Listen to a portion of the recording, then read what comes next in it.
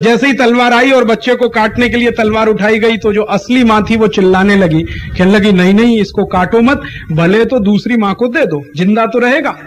चंद्रगुप्त तुरंत समझ गया यही असली मां है, क्योंकि असली मां अपनी आंखों के सामने बच्चे को कटता हुआ नहीं देख सकती, तो उसने नकली मां से बच्चा छीना, असली मां को दे दिया, नकली मां को जेल में डाल दिया। पूरे केस का फैसला 2 मिनट में हो गया।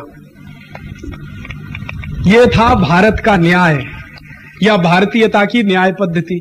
अब मैं आपसे कहता हूं कि इसी केस को लेकर आप सुप्रीम कोर्ट चले जाओ, ठीक यही केस, 2 माताएं हैं, 1 बच्चा है, आप सुप्रीम कोर्ट में केस कर दो, मैं आपको गारंटी देता हूं कि 20 साल के पहले जजमेंट नहीं आएगा। और हो सकता है दोनों माताएं मर जाएं, बच्चा भी बड़ा होकर मर जाए, लेकिन केस चालू रहेगा।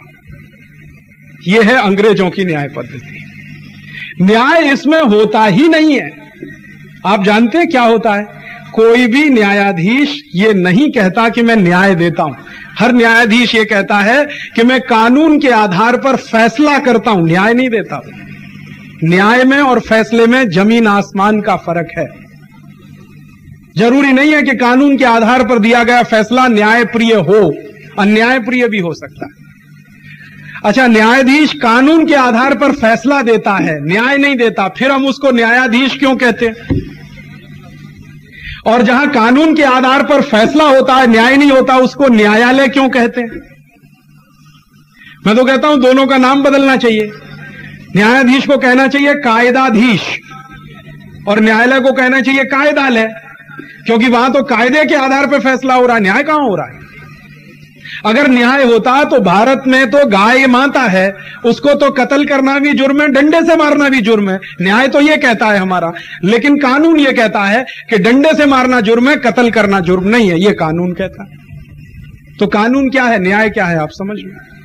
तो भारत में करना यह होगा कि यह कानून आधारित फैसला करने की जो पद्धति है, इसको न्याय आधारित फैसला करने की पद्धति बनाना पड़ेगा।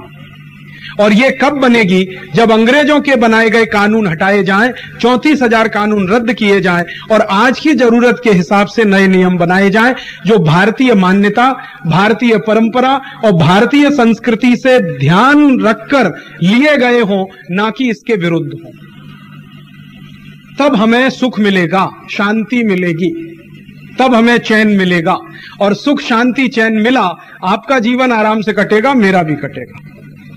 यही हमें करना है। लोग कहते हैं कि हम बहुत दुखी हैं। ठीक है, आप दुखी हैं, मैं भी दुखी हूं।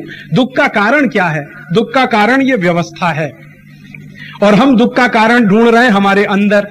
हम नालायक हैं, हम निकम्मे हैं, हम नकारा हैं, हम अच्छे हो जाएं तो सारा दुख दूर हो जाए, कभी नहीं होने वाला। व्यवस्था से जनित दुख है, आपके अंदर से थोड़ी आया है। बहुत लोग कहते हैं हमें दुख दूर करना है, हम ध्यान करेंगे, प्राणायाम करेंगे, योग करेंगे, 20 दिन साधना में जाएंगे, कितना भी कर लो दुख दूर होगा ही नहीं, क्योंकि जो व्यवस्था में से निकला हुआ दुख है वो आपके ध्यान, प्राणायाम, साधना से थोड़ी दूर होने वाला। आप हिमालय में चले जाओ तो भी दुखी रहोगे, क्योंकि पुलिस वाले का डंडा वहां भी आपके ऊपर फटक सकता है, वहां भी पुलिस वाला नहीं छोड़ेगा, आप क्या कर लोगे? दुख अगर दूर करना है, व्यवस्था जनित है, तो व्यवस्था को बदलो। व्यवस्था से भागने में दुख दूर नहीं होने वाला। इस व्यवस्था को बदल दो जिसमें से यह दुख पैदा हुआ है। और मैं यही मानता हूं, और मैं मानता हूं इससे बड़ा अध्यात्म दुनिया में कोई नहीं है। जो व्यवस्था जनित दुखों को दूर कर ले, वो सबसे बड़ा आध्यात्मिक आदमी है। बाकी सब पाखंडी हैं। कोई अगर मुझे ये कहता है कि मैं 20 दिवस योगासन करता हूं, कोई कहता है 4 महीने का ध्यान लगाता हूं, सब पाखंड करते हैं। हो ही नहीं सकता ये। आपकी गली के नीचे कूड़ा कचरा पड़ा है, सड़ांध पड़ी हुई है, और आप घर में बैठ के साधना कर लेंगे, ये कैसे होने वाला है? पूरे समाज में दुर्गंध फैली हुई है, कहीं गरीबी है, कहीं बेकारी है, कहीं भूखमरा है, कहीं भ्रष्टाचार है, और कोई ये ढपोर शंकी कहे कि मैं तो ध्यान लगाता हूं, मैं तो प्राणायाम करता हूं, वो पाखंड के अलावा कुछ नहीं करता। ना ध्यान लगा सकता, ना प्राणायाम कर सकता। ध्यान और प्राणायाम तब होता है जब बाहर भी सुख है, अंदर भी सुख है, दोनों परिस्थितियां एकाकार होती हैं, तब आदमी ध्यान में जाता है, अन्यथा ध्यान में नहीं जाता। आसन कर लेना ध्यान कर लेना नहीं होता। आसन कर सकते हैं आप, त्राटक कर लीजिए, लेकिन त्राटक ध्यान नहीं हुआ करता कभी। ध्यान करने के लिए बाहर अंदर सम परिस्थिति चाहिए। बाहर सुख है, अंदर भी सुख है, बाहर आनंद है, अंदर भी आनंद है, तब आप ध्यान में जा सकते हैं, अन्यथा ध्यान में नहीं जा सकते। तो मैं तो ये सब बाबाओं को बोलता रहता हूं। बहुत सारे बाबा हैं जो गंडा ताबीज मानते हैं हमारे देश में, मेरे पास आओ, मैं तुम्हें मोक्ष ले जाऊंगा, आ जाओ, मुझे गुरु बना लो, मेरा यह गंडा बंधवा लो और गुरु दक्षिणा देते जाओ, हर गुरु पूर्णिमा को आते जाओ। और वो कहेंगे देखो माया में नहीं लगना, माया बहुत खराब है, तुम मुझे दे दो, मैं रखूंगा तुम्हारी माया को, यहां ले आओ, यहां दे दो, गुरु दक्षिणा में देते जाओ सारी माया, मैं इकट्ठा बैठता हूं इस माया के ऊपर, तुम माया मत रखो, मुझे दे दो माया पूरी। ऐसे लोगों को मैं बहुत कहता हूं, गुरुजी आप उनको मोक्ष ले जा रहे हो, खुद ही क्यों नहीं चले जाते। जनता इतनी भोली भाली, इतनी सीधी सादी, क्या करे बेचारी। हमारी जनता के भोलेपन का फायदा ये सब धूर्त राजकारणी भी उठाते हैं और ऐसे लोग भी उठाते हैं। तो क्या करना है इसमें से, मैं आपसे आखिरी बात जो कहना चाहता हूं वो ये कि ये व्यवस्था को बदलना है जिससे दुख पैदा होता है। दुख पैदा करने वाली व्यवस्था अंग्रेजों की दी हुई है, हमारी नहीं है। अंग्रेज आए थे तो हिंदुस्तान को गुलाम बनाए रखने के लिए जो व्यवस्था उन्होंने बनाई थी, दुर्भाग्य से आजादी के 55 साल के बाद भी वही चलती आ रही है।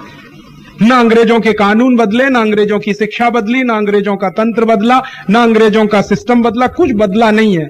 इवन अंग्रेजी भाषा भी नहीं बदली इस देश में, वो भी वैसे के वैसे ही चली आ रही।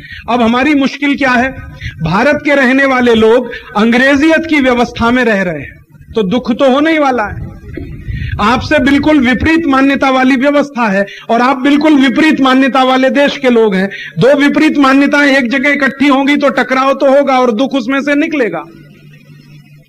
और आप अगर इस दुख को दूर करना चाहते हैं तो दो ही रास्ते हैं, या तो आप अंग्रेज हो जाओ तो ये अंग्रेजियत की व्यवस्था आपको मजा देगी, और या आप भारतीय होना चाहते हो तो इस अंग्रेजियत की व्यवस्था को भारतीय बनाओ तो ये आपको दुख नहीं देगी। यही दो रास्ते हैं, तीसरा कोई रास्ता नहीं। ये अधकचरे होके हम कभी सुख नहीं प्राप्त कर सकते। अधकचरापन कैसा है, व्यवस्था तो वैसी की वैसी है, हम बदलने की कोशिश करेंगे, ये कभी होने वाला नहीं। व्यवस्था बदले, उसके साथ व्यक्ति बदले, तब बदलाव संपूर्ण होता है। अन्यथा व्यक्ति बदल गया, व्यवस्था वैसे की वैसी है, बदलाव कभी पूरा नहीं होता। तो आप इस व्यवस्था को बदलिए, और व्यवस्था को बदलने का सबसे सरल उपाय है व्यवस्था के साथ असहयोग करिए, बहिष्कार करिए, उसका असहकार करिए, व्यवस्था बदलना शुरू हो जाती है। ये जो व्यवस्था आ गई है इसको बदलना है, इसके लिए संघर्ष करना है, इसके लिए संगठन बनाना है, इसके लिए चेतना पैदा करनी है, ये सब करिए, इसी में से व्यवस्था बदलेगी। व्यवस्था परिवर्तन के 4 स्टेप्स हैं। पहला स्टेप जन जागृति, दूसरा स्टेप संगठन, तीसरा स्टेप रचनात्मक काम, और चौथा स्टेप संघर्ष। उसके बाद 5वें स्तर पर जाकर व्यवस्था बदलती है। तो पहला स्टेप जन जागृति करिए, दूसरा स्टेप संगठन बनाइए, तीसरा स्टेप उसमें से निर्माण का काम करिए, और चौथा और आखिरी स्टेप संघर्ष में लग जाइए, पूरी व्यवस्था बदलेगी। और ये व्यवस्था अगर अंग्रेजों के जमाने की हम बदल पाए तो मैं मानता हूं कि सच्ची आजादी आएगी, और उसी सच्ची आजादी के लिए आप, मैं, हम सब मिलकर प्रयास करें। यही